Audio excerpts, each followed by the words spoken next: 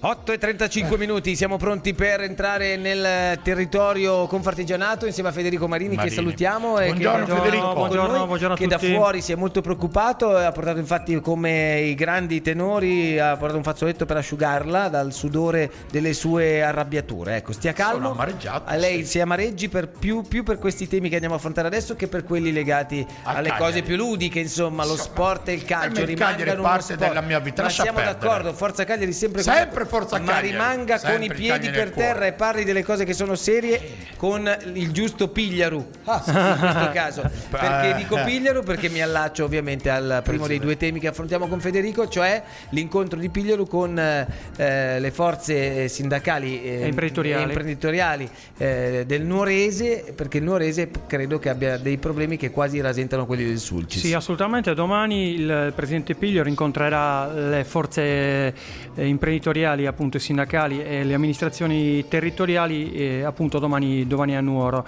È un incontro molto atteso, anche noi lo stiamo preparando come Confartigianato Nuoro, perché negli ultimi anni diciamo che sono state chiuse, diciamo, tante imprese, 4, 5, 6 Meridiana, per dire. Questa è la problematica, e sono andati a casa veramente tanti dipendenti, parliamo di 20-22 mila, una cosa per un territorio come quello del Nuorese, così piccolo. Assolutamente. E domani è inizia già, il lavoro è già iniziato da parecchie settimane, però domani si concretizza appunto con la visita del presidente. È un territorio assolutamente che è stato colpito dalla crisi quanto il Sulcis.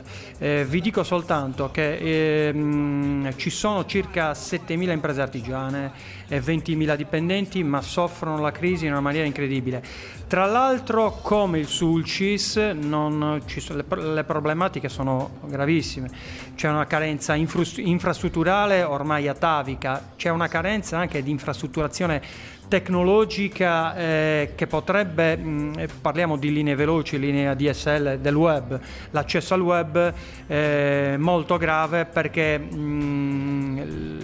diciamo, l'isolamento nei comuni si potrebbe abbattere anche, oppure si potrebbe limitare anche con le nuove tecnologie. Nel Nuorese, cioè, noi abbiamo visto e vediamo che non ci sono né strade informatiche. Guarda, ecco, questo è il problema. Senza neanche andare troppo nel Nuorese, ancora in alcune zone non arrivano le linee telefoniche, sì. cioè proprio i cavi delle reti telefoniche che poi possono far accedere alla DSL, non sono stati passati sottoterra. Cioè, quindi, il problema e questa è già la cosa assurda. Il problema grosso che lo Stato sta abbandonando questo territorio. Ha abbandonato i territori, abbiamo visto che la prossima sarà la chiusa della motorizzazione, le questure, i commissariati sono a rischio. Ma chiude la motorizzazione e non dobbiamo più pagare bollo. Il problema è che i nuoresi e gli ogliastrini, con la scusa di accorpare per risparmiare, mi stanno portando all'emarginazione questo contesto. Assolutamente, è una cosa veramente grave. L'accorpamento della motorizzazione nuorese cosa comporta? Comporta che per andare a fare gli esami, per andare a fare gli accessi, si andrà o a Oristano, a Sassari o addirittura a Cagliari. Bisogna capire, noi stiamo lavorando molto a livello governativo con le interpellanze del Senato e alla Camera, intervenendo sia col ministro Lupi e sia con i sottosegretari, perché è un problema. Quale? Il sottosegretario è Giachino ai trasporti, Bartolomeo Giachino, e quindi stiamo lavorando in maniera assolutamente approfondita. È una situazione veramente grave quella del Nuorese, e non si vede la via d'uscita. Le nostre proposte sono quelle di intervenire con i fondi strutturali, con i fondi europei che vengono messi a disposizione già nella programmazione 2014-2020. Quindi c'è forse tutto un lavoro per riuscire a esattamente, perché lo Stato non dà soldi e non. Poi anche lì bisogna essere bravi ai fondi, a dargli una vita, non solo a far sì che uno li possa avere, cioè a utilizzarli. Perché purtroppo il più delle volte finisce che hai i fondi e non sai come spenderli e li perdi. Dobbiamo dire che ci sono ancora dei fondi a disposizione, e sono andati, la Regione li ha messi a disposizione, sono andati esauriti nel giro di qualche ora.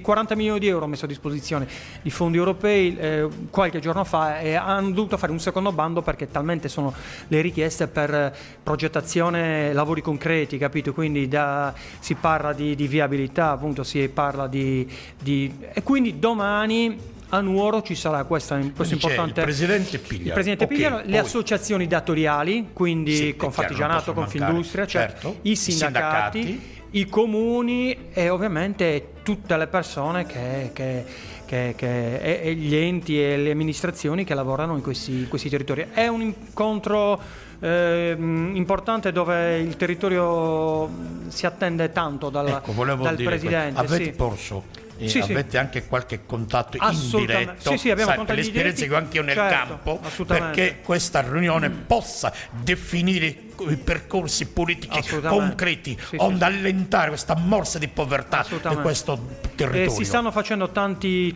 Noi non siamo soltanto, come scriveremo al presidente Pigliaro, abbiamo già pronta la lettera. Il nuorese non si lamenta, non demorde, però sta arrivando Eppure a un il nuorese limite. era una delle zone più ricche, se vogliamo, assolutamente, insieme alla Gallura. Vediamo, ieri appunto c'è stato un progetto visto del recupero del Molino Gallisai che dava lavoro a circa 1800 persone all'inizio del secolo, quindi immaginatevi che cosa significava per una città era piccola all'inizio del 1900 come Nuoro avere stiamo vedendo tra l'altro anche immagini del nuorese, perché mi sembra di aver visto Scorto, Prato Sardo, la zona industriale che veramente sta soffrendo tantissimo, tra le come abbiamo detto anche le altre volte, tra le imprese più in difficoltà l'edilizia è stata veramente bombardata. Ma io guarda, avendo mia moglie che è di Nuoro, e a Nuoro andandoci non dico tantissimo adesso perché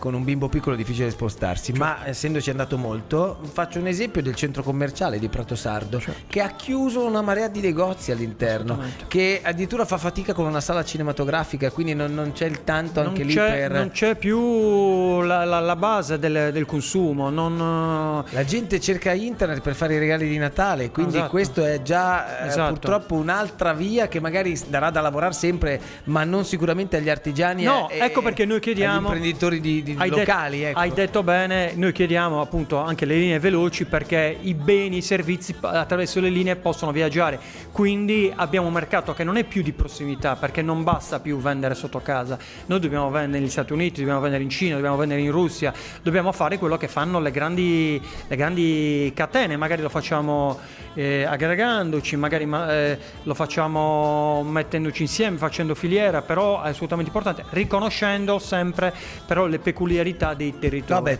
Quindi è fondamentale. Bravo Federico. Adesso io riconosco le peculiarità di un'azienda come questa, che vive ovviamente di inserzionisti, di pubblicità e di quegli artigiani che ci scelgono molto spesso e che ringraziamo ovviamente, a partire dai nostri principali sponsor ovviamente che sostengono questa trasmissione, ma tutti gli inserzionisti e tutto il resto ovviamente che fa parte di questa bella avventura che si chiama Sardegna 1, che è più viva che mai. Ancora una volta lasciamo spazio a un po' di pubblicità e poi torneremo con una telefonata insieme a Fabio Fresu da Telema Press Sassari, poi ancora Federico Marini. Lei che fa? Torna? Come no, ci mancherebbe altro, sempre al suo fianco. Se lei non ci fosse, caro diletto Matteo, glielo dico perché sono buono, perché guardi, se non ci fosse un colpo al cerchio, un colpo alla botte, il bastone alla carota. Se lei non ci fosse, io sarei una persona nuda.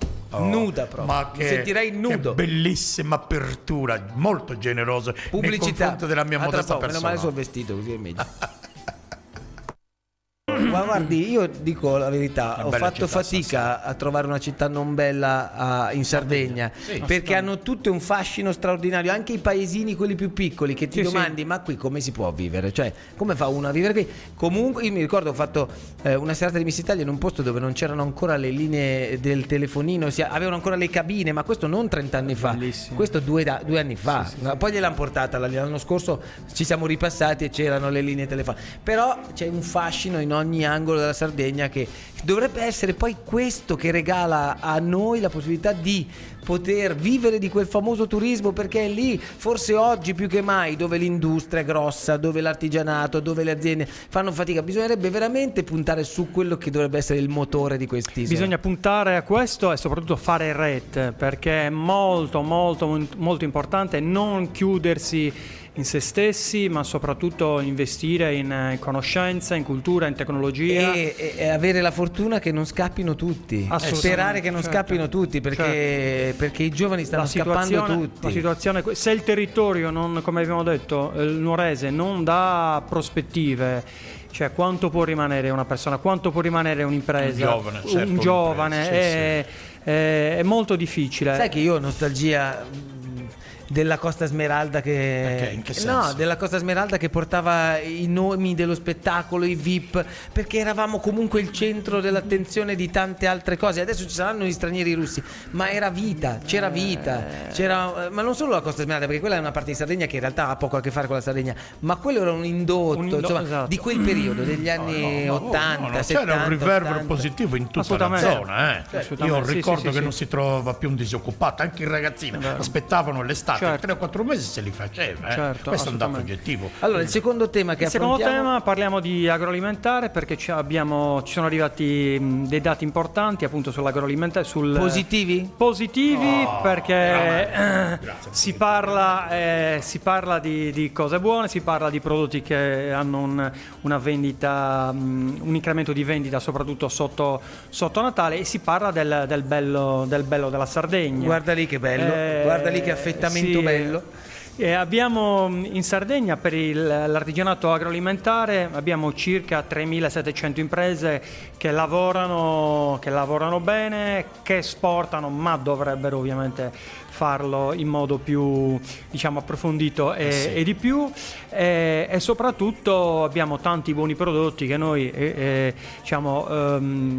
consigliamo, come facciamo ogni anno, di acquistare, perché possono dare un aiuto alle imprese e soprattutto ai dipendenti. Senti, qualcuno che è stato anche in questo programma e che ci viene ogni settimana mi diceva che quest'anno, a proposito di maialetti che ho visto lì ardere in quella brace insomma meravigliosa, sardi sono meno e sono molti di più quelli che andremo a comprare da fuori, perché non si sa come, ma il maialetto indigeno c'è poco. Diciamo che io non ho ancora questi dati. Nel passato c'è ancora questo. Il maialetto sardo c'è ancora, vero? Soprattutto abbiamo un consumo molto elevato di prodotti locali, e quindi dobbiamo anche importarne.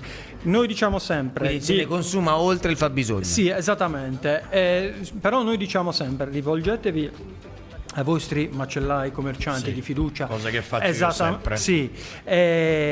Fidatevi di loro, perché loro hanno i prodotti nostrani, e il prodotto nostrano aiuta la nostra prodotti nostrani e non prodotti non strani, esatto. Perché cambia molto la questione. Aiutano a comprare questi prodotti, aiuta l'economia, aiuta, come ho detto, a tenere i dipendenti, e aiuta soprattutto le imprese a avere quel valore aggiunto che poi possono utilizzare anche per reinvestire, Sì, ti faccio una domanda così, che può essere tutto e niente ovviamente. Ma ne usciremo mai da tutto questo? Sì, la domanda era mia. Secondo me sì. Noi abbiamo visto, stiamo già vedendo gli indicatori. Finiremo? C'è una leggera ripresa che è data dalla frenata della caduta.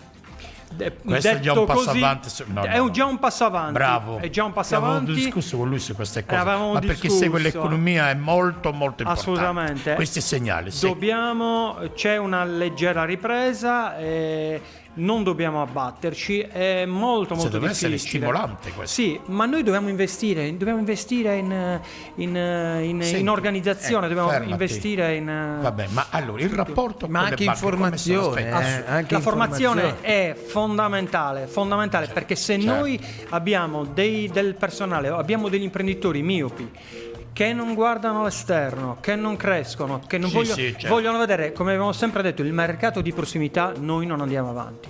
La vera sfida, il vero traguardo sarà quello di essere sempre più globalizzati nel senso buono, nel senso che i nostri prodotti dobbiamo venderli fuori. Ho 30 secondi, Presidente, prego. Allora, in questo momento è migliorato il rapporto con le banche, siccome voi avete bisogno di lavorare con le banche. Sta migliorando. Noi che stiamo lavorando molto e soprattutto stiamo lavorando affinché le banche si possano fidare delle imprese, ovvero promuovere i progetti piuttosto che quello che hai come bene immobile, come bene tangibile, poi un giorno su cui rivalersi se magari dovessero andare male le cose. Però stiamo lavorando molto e dobbiamo crederci, dobbiamo fare un passo avanti. E con questo ci lasciamo con Federico Marini, perché stavo dando un occhio alle scalette. Da qui ci ritroveremo nel 2015, quindi l'anno prossimo, con la speranza appunto che qualcosa possa dare ancora più luce alle tue parole e possa portare. Vi anticipo che il 13 noi avremo il rinnovo degli organi di Confartigianato regionale, ci sarà un nuovo presidente, ci sarà un nuovo presidente. Sorride, ci sarà un nuovo presidente e sorride, quindi no. Torni da presidente. No, vabbè. Ci sarà un nuovo presidente, speriamo, ovviamente nessuno conosce ancora il nome perché ovviamente dovranno essere iscritti, valutati, però sappiamo che la rosa dei candidati è autorevole e chiunque uscirà sarà una persona in gamba che potrà far crescere l'associazione e soprattutto far crescere gli imprenditori. Ce lo auguriamo. E attraverso te racconteremo. Torneremo il primo giorno magari con la telefonata. Dalla seconda settimana di gennaio, perché così abbiamo già una data, il secondo martedì di gennaio. Sappi che sei già precettato, ok? D'accordo. Lo dico perché stiamo scalettando già la seconda settimana di gennaio, quindi insomma questo programma è un programma avanti, capisce Presidente, ma molto avanti di un mese. Ci mancherebbe. Grazie di cuore, buona Natale, grazie a Federico Marini. Poi per quanto ci riguarda ci sarà modo di scambiarci gli auguri anche personalmente. Torniamo dopo i due dell'abitacolo e dopo la pubblicità, state con noi.